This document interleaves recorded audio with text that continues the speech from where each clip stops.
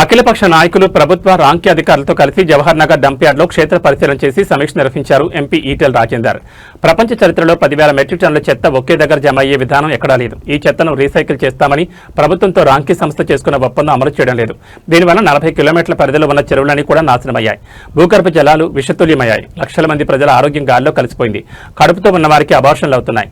పశు సంపద చనిపోతోంది. వాతావరణ సమతుల్యత దెబ్బతింది. మనిషి నివసించలేని ప్రాంతంగా మారిపోయింది. జీరో డిశ్చార్జ్ ఉంటుందని, కాలుష్యం ఉండదనే కండిషన్స్ అన్ని తుంగలు తొక్కబడ్డాయి. గాలి, నీరు, ధ్వని కాలుష్యంతో ఈ ప్రాంతం ప్రజల ఆరోగ్యం పాడైంది. దీన్ని దృష్టిలో పెట్టుకుని ముఖ్యమంత్రిని కలిశాం. మీరు ఈ ప్రాంత ఎంపీగా పనిచేశారు. జవహర్ నగర్ డంప్ యార్డ్ సమస్య మీద మీకు సంపూర్ణ అవగాహన ఉంది. ఇప్పుడు మీరు సమస్య తీర్చే స్థానంలో ఉన్నారు. ప్రపంచంలో అనేక అభివృద్ధి చెందిన దేశాలు తిరిగి టెక్నాలజీ చూసి వస్తున్నారు. బాలాజీ నగర్లో ఈ డంప్ యార్డ్ నుంచి ఈ ప్రజలకు విముక్తి ఉందా లేదా అని అడిగాం.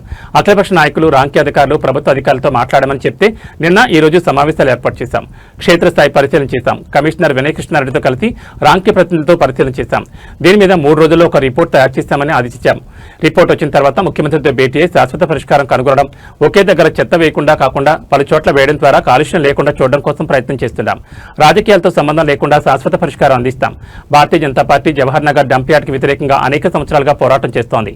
అనేక కేసులు అయ్యాయి. మా వాడు జైలు పాలు కూడా అయ్యారు. నేను ఈ ప్రాంత ఎంపీగా శాశ్వత పరిష్కారం కోసం ప్రయత్నం చేస్తున్నాను.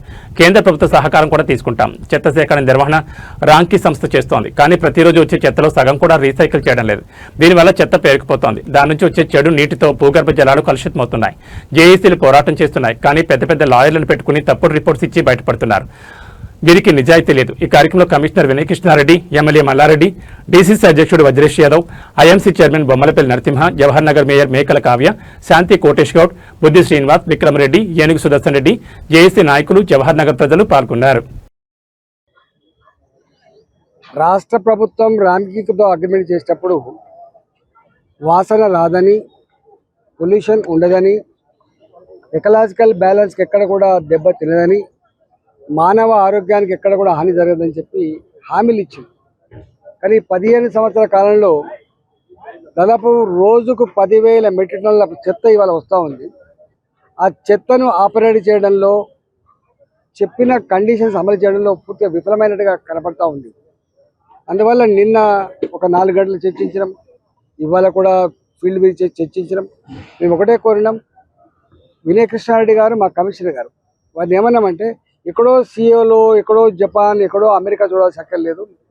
ఈ దేశంలోనే ఇండోర్లో నరహరి మన తెలుగు ఐఏఎస్ ఆఫీసర్ చాలా గొప్పగా అక్కడ చెత్త నుంచి వెళ్ళి అనేక రకాల పదార్థాలు, అంటే ఎలక్ట్రిసిటీ జనరేషన్ వచ్చింది, ఆర్గానిక్ మాన్యూర్ వచ్చింది, ఇంకా ఉల్టా దాని నుంచి లాభం వచ్చింది. కాబట్టి జీరో పొల్యూషన్ ఉంది. కాబట్టి ప్రపంచంలో ఎక్కడ ఏ గొప్ప టెక్నాలజీ అయితే ఉందో ఆ టెక్నాలజీకి అడాప్ట్ చేసుకొని జీరో పొల్యూషన్తో ఎకలాజికల్ బ్యాలెన్స్ దెబ్బతినకుండా, మానవ కళ్యాణానికి, మానవ ఆరోగ్యాన్ని దెబ్బతినకుండా చేయాలని చెప్పడం జరిగింది.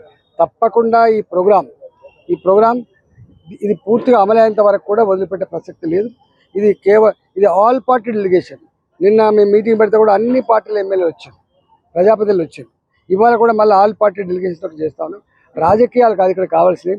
ఎందుకంటే 16-15 లక్షల మంది జవహర్ నగర్ చుట్టుపక్కల జీవించే వాళ్ళు కాబట్టి, వాళ్ళంతా కూడా పేదవాళ్ళు కాబట్టి, మినీ ఇండియాగా చెప్పబడేటువంటి భారత్ అక్కడనే ఆవిష్కరించబడ్డది కాబట్టి ఆ పేదవాళ్లకు న్యాయం చేయాల్సిన బాధ్యత ఎంపీగా నా మీద కూడా ఉంది. కాబట్టి గతంలో ఎంపీగా పనిచేసిన రేవంత్ రెడ్డి గారి మీద కూడా ఉంది. కాబట్టి ఇవాళ వారే ముఖ్యమంత్రి స్థానం ఉన్నారు. కాబట్టి ఆనాడు కొట్లాడిన దాన్ని ఇవాళ సఫలం చేయాల్సిన బాధ్యత ఉంది. కాబట్టి అది సంపూర్ణంగా పరిష్కారమైనంత వరకు మేము వెంబడి ఉంటాం.